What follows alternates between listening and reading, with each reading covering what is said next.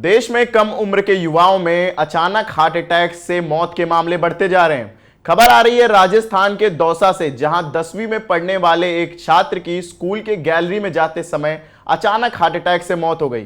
CCTV में कैद ये दृश्य 10वीं क्लास में पढ़ने वाली एक स्टूडेंट की है।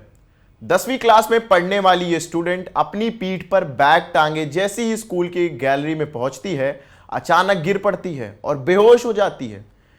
इसे इलाज के लिए अस्पताल ले जाया गया, लेकिन डॉक्टरों ने जांच के बाद उसे मृत घोषित कर दिया। स्टूडेंट की मौत के बाद स्कूल परिसर और परियोजनों में कोहराम मच गया। मृत स्टूडेंट का नाम यतेंद्र उपाध्याय बताया जा रहा है, जो राजस्थान के दौसा स्थित बंदीकुई के पास पंडितपुरा गांव का रहने वाला है। ये फुले राजकीय उच्च माध्यमिक विद्यालय में 10वीं क्लास का स्टूडेंट है। भारत सहित पूरी दुनिया में इस तरह के मामले बढ़ते जा रहे हैं। इस उम्र में हार्ट अटैक से अचानक हो रही मौतों की दुनिया में खूब चर्चा हो रही है। तरह तरह की वजह भी बताई जा रही है। क्या हार्ट अटैक की वजह खराब लाइफस्टाइल तो नहीं? खान पान, जंक फूड, तनाव, योग व्यायाम से दूरी? आजकल युवाओं में हार्ट अटैक के मामले बढ़ रहे हैं, खासकर इस तरह के मामले।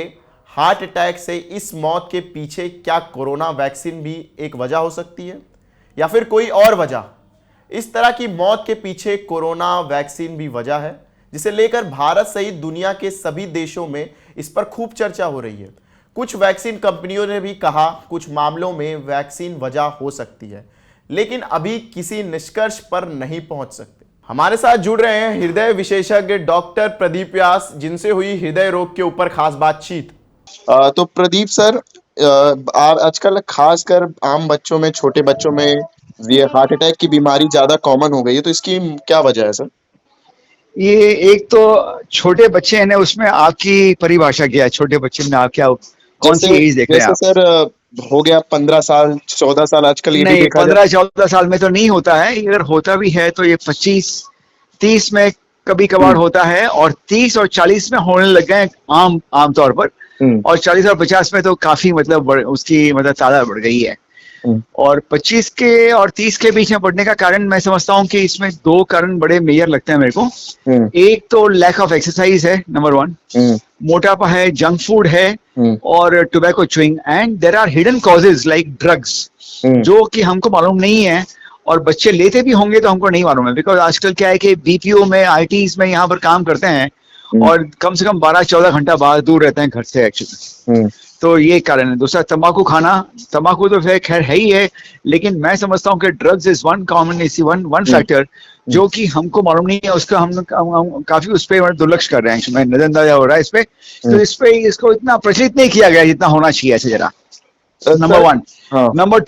नंबर टू इज क्या है कि 25 के बाद में आम जो एक व्यक्ति, जो एक जवान जो होता है, उसको बड़ी उमंग होती है कि भाई मुझे ये काम मिले, ये जॉब मिले, वो चीज मिले।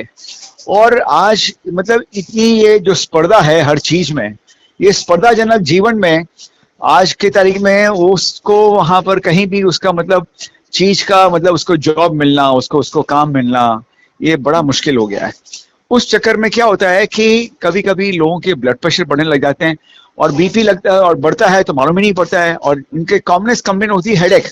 और हेडेक के लिए क्या है कि क्रोसिन है, सेरिडॉन है, वो ले लेते हैं, डोलो वो ले लेते हैं। और ये हेडेक जो होता है, कारण जो होता है वो होता है कि भाई अंदर ही अंदर इनका ब्लड प्रेशर बढ़ता है। और बीपी बढ़ने से या तो इनके जो सडन डेथ होती है उसमें दो कारण होते हैं, या तो ब्रेन हेमरेज होकर आदमी खत्म हो जाता है, और या फिर उसको हार्ट अटैक आता है और उसमें आदमी खत्म हो जाता है। तो ये एक मैं बड़ा ये कॉमन बहुत ही ये आम जो कारण समझता हूँ कि ये यंग डेथ्स में है। अगर समझो ड्रग्स नहीं है, तंबाकू नहीं है, मोटापा नहीं है, उसके बावजूद अगर ये जो डेथ्स हो रही हैं, इज बिकॉज ये जो स्पर्धाजनक जीवन में आज आदमी ये सोचता है कि मैं करूंगा क्या आगे। बढ़ती महंगाई, और आम आदमी को जो यहाँ पर अभी काम नहीं मिलता है। अच्छा, दूसरी बात ये हो गई है कि पढ़ाई आज हम जो भी कर रहे हैं, ये पढ़ाई करने के बावजूद भी जरूरी नहीं कि आपको जॉब मिले, क्योंकि पढ़ाई अपने आप में पूर्ति नहीं होती, क्योंकि it does not ensure you the job. आप समझो, आप इंजीनियर बन गए, डॉक्टर बन गए। डॉक्टर तो चलो फिर भी कहीं भी आप बैठ गए तो करके, आज इंजीनियर बन गया बच्चा, बीकॉम बन गया, एमकॉम बन गया, न तो उसको टीचर की जॉब मिलती है, न तो वो क्या है कि उसको कोई लेक्चर की जॉब मिलती है, बाद में कोशिश करता है कि भाई मैं चलो ट्यूशन्स कर लूँ, ट्यूशन में भी कर करके कितना कर लेगा, और ट्यूशन भी कहाँ से आपको आसानी से मिलती है, और ट्यूशन करवाने वाले बच्चे भी होते हैं तो वो इसको पैसा नहीं दे पाते हैं।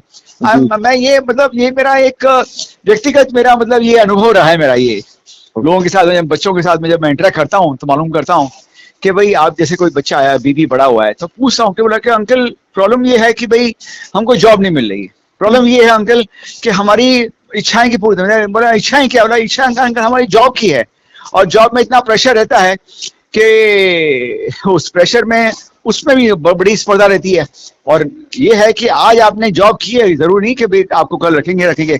मैं आपको एक अभी बहुत ही हाल ही का मैं एक उदाहरण देता हूँ।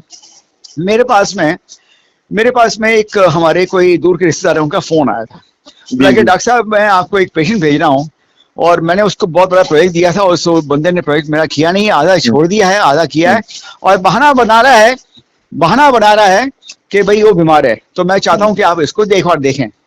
तो मैंने कहा देखो बीमारी का बहाना कोई अगर लेता है बनाता है तो चलो 1 दिन का होगा, 2 दिन का होगा, 7 दिन का, लेकिन महीने भर अगर नहीं आता है, या तो तेरे यहाँ पर काम नहीं करना चाहता होगा और या वाकई उसको तकलीफ होगी। बोला कि तो हॉस्पिटल में एडमिट हो गया। मैं कहा हॉस्पिटल में आदमी ऐसी एडमिट नहीं होता है। तो जब मैंने उसको देखा, वो लड़का मतलब अगर आप देखो तो उसको मतलब काटो तो खून नहीं निकले, मतलब उसका ये हालत थी बेचारे की। उसने प्रयास किया था कि हम जॉब के लिए कभी मिलिट्री में जाऊं, नेवी में जाऊं, कहीं हो नहीं पाया। और कारण क्या था उसको अस्थमा की तकलीफ, कारण था उसका अस्थमा। और अस्थमा इतना भयंकर था, जब मैंने उसका शर्ट निकाल के जब उसका देखा तो पेट के मूवमेंट उसका पेट ऐसे उछल रहा था, ऐसे बंदा खड़ा है तो लगता है कि बड़ा नौजवान है लड़का, ठीक है, लेकिन उसको लेटा के देखो तो मालूम पड़ता है कि ये तो बंदा बीमारी का घर है।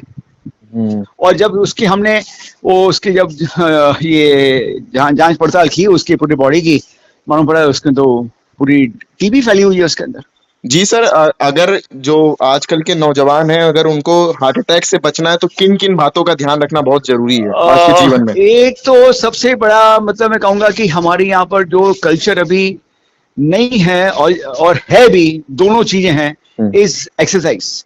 ये जब तक आदमी व्यायाम वर्जिश नहीं करेगा तब तक मैं कहता हूँ देश का और देशवासियों का, नौजवानों का उद्धार होगा ही नहीं। और उसमें भी वर्जिश में ऐसा है कि सबसे बड़ा काम तो है मसल बिल्डिंग में सबसे दूसरा एक घातक जो चीज अभी मैं जो देख रहा हूँ वो प्रोटीन शेक, जो जिम में जो प्रोटीन शेक दिए जा रहे हैं वो उसमें इतने स्टीरॉइड होते हैं, उस चक्कर में बंदे को डायबिटीज हो जाती है, उसको ब्लड प्रेशर हो जाता है। और बाद में अगर आपने सुना भी होगा कि जिम में बंदा जो है ट्रेडमिल करता करता ही आदमी लुढ़क गया। जी। तो ये protein shake has to be banned in the gym. मतलब आपके कहीं भले इंपोर्टेड प्रोटीन शेक हो या आपके बने या आपके लोकल प्रोटीन शेक हो, protein shake should be completely band. ये सबसे बड़ी बात है। और दूसरी क्या है कि एक्सरसाइज में मतलब ये है कि 24 घंटे में से 2 घंटा आपको बॉडी में आपको इन्वेस्ट करना ही करना है। ये इन्वेस्ट करोगे तो आपका जीवन का आपका उद्धार होगा, नहीं तो आपका उद्धार नहीं होगा। सर अभी एक सोशल मीडिया पे एक वीडियो वायरल हो रहा है जहां पर एक 10वीं क्लास का छात्र जो है बैग लेके जाता है और उसे अचानक हार्ट अटैक आ जाता है। तो नहीं, अभी देखो ये हार्ट अटैक जो है आया कि नहीं आया हमको मालूम नहीं है, क्योंकि ये तो आदमी का उसका समझो कि उसकी आकस्मिक डेथ हो गई होगी और डेथ को हमने उसको लेबल कर दिया हार्ट अटैक। अभी उसकी तो अभी जब पोस्टमार्टम होगा तो मालूम पड़ेगा कि भाई ये उसका हार्ट अटैक है या फिर आपका इसी निकाला होगा, इसी में होगा। तो ये बहुत ही अब्जो में कोई ऐसे एक बच्चा कोई होता है जो कि एक अलग से कोई बीमारी होती है, जैसे मोया डिजीज है या कोई आर्टियल डिजीज है, वो तो करोड़ में एक होता है ये। और 10वीं का जो बच्चा है तो वो उसको हार्ट अटैक इतना कॉमन नहीं है जितना कि ज्यादा मतलब जो बढ़ गया है, जो तादाद बढ़ी है वो 25 के बाद में बढ़ गया। सर अभी एक बात बहुत ज्यादा वायरल हो रही है इस समय की, जो कोरोना के दौरान वैक्सीन लगाई दी गई थी उसके वजह से ये बहुत बड़ा चर्चा का विषय है, ऐसा क्वेश्चन ऑफ डिबेट। और मैं समझता हूँ कि कोविड वैक्सीन के हिसाब से तो 100% ये कारण नहीं है। 100% कारण नहीं है। कोविड में क्या हुआ कि कोविड में वहां पर सबसे बड़ी घातक चीज ये हुई कि कोविड के वजह से बाकी सब चीजों, बाकी जितनी बीमारियां थी हमारी, डायबिटीज है, ब्लड प्रेशर है, हार्ट की बीमारियां हैं, सबको ढक दिया गया और कोविड पे ही पूरा ध्यान एकत्रित हो गया। उस चक्कर में क्या हुआ कि लोगों ने फिर बाद में क्या है कि अपने इस पे ज्यादा ध्यान देके वो बीमारियां तो क्या है फिर अंदर ही अंदर पनप दी गई। फिर आपके क्या है कि बाद में आपके कोलेस्ट्रॉल बढ़ता गया, बीपी बढ़ता गया और दूसरी बात ये हुई कि कोविड के टाइम में कई लोगों ने, देखिए मैं I am not being political, but मैं समझता हूँ कि मेरा मेरा मतलब मेरा अनुमान है, ये मेरा मेरा मेरा मेरा एक अंदाजा है, मेरी समझ है, जी हो सकता है मेरी समझ गलत भी हो, बिल्कुल। कि हमारे हिंदुस्तान में स्पेशली यहाँ पर क्या है कि दकी आने उसी चीजों में इतना विश्वास है, तो इसमें क्या हुआ कि काफी आपके जो है ये लोगों ने प्रोडक्ट्स यूज किए हैं, आयुर्वेदिक के प्रोडक्ट्स, सो कॉल आयुर्वेदिक। जी जी। अभी क्या है कि हर आदमी आयुर्वेदिक डॉक्टर बन गया, रामदेव बाबा जो अनपढ़ गंवार आदमी है वो भी डॉक्टर बन गया, और उन्होंने कितनी सारी कोरोनरी टैबलेट्स निकाल दी, जहाँ की गवर्नमेंट ने भी उसको जो है उसको प्रमोट किया, उसको पीठ थपथपाई कि चलो भाई हाँ लो, अभी उसका भी साइड इफेक्ट हुआ होगा तो हमको नहीं मालूम इसके बारे में। जी जी जी। और कितने सारे यहाँ पर आयुर्वेदिक के जो फार्मेसीज हैं, और अभी आप सोचे हैं कि आप देखें कि एक सिंपल विटामिन निकालने के लिए अब जो डॉलर का खर्चा होता है, यहाँ पर हमारे जो बंदे जो हैं, जो आयुर्वेदिक के जो झंडा गाड़ के बैठे हैं, और जो संत बाबा जो जैसे पहले संत बनते हैं, फिर बाद में बाबा बनते हैं, फिर बाबा बनने के बाद में वो दे गो इनटू मेडिसिन, दवाइयों में जाते हैं, औषधियों में जाते हैं, सब उन्होंने मतलब क्या डालते हैं क्या नहीं डालते हैं कुछ मालूम नहीं है। यहाँ पर एक पैसे का रिसर्च नहीं होता है, और एक मतलब क्या है कि उसको एक पहनावा कर बना दिया है, जिसका रिलीजन का, धर्म का उसको पहनावा उसको दे दिया है, और वो धर्म के नाम पे ये चीजें बिकती है। उसमें क्या धातु डालते हैं क्या डालते हैं हमको नहीं मालूम है। मेरे पास में इतने सारे पेशेंट्स हैं, इतने सारे हैं, जिनको मैं सबसे पहले सवाल यही पूछता हूँ, भैया कोई आयुर्वेदिक चूर्ण खाते हो कि नहीं, भैया कुछ आयुर्वेदिक टूथपेस्ट लेते हो, उसका भी कितना मतलब उसका साइड इफेक्ट है, वो मैं देखता हूँ हमारी प्रैक्टिस में। कितने लोगों को ब्लड प्रेशर, डायबिटीज, कितने के लिवर खराब हो गए। अभी एक बीच में बंदा आया हमारे पास में सर, समय हमारे पास समय थोड़ा कम है, तो अगर आप यूथ को कोई फिटनेस के लिए मैसेज देना चाहेंगे तो क्या मैसेज होगा? मेरा तो एक पर्सनल मैसेज ये रहेगा कि 1 hour cardio, 1 hour muscle building, and with complete good diet, और गुड डाइट में नो इसी protein shakes at all from the gym, no protein shakes from the gym at all. धन्यवाद सर हमसे जुड़ने के लिए। थैंक यू थैंक यू धन्यवाद sir. Thank. ऐसी और खबरों को जानने के लिए देखते रहिए आवाज India channel. Like share subscribe करना ना भूलें।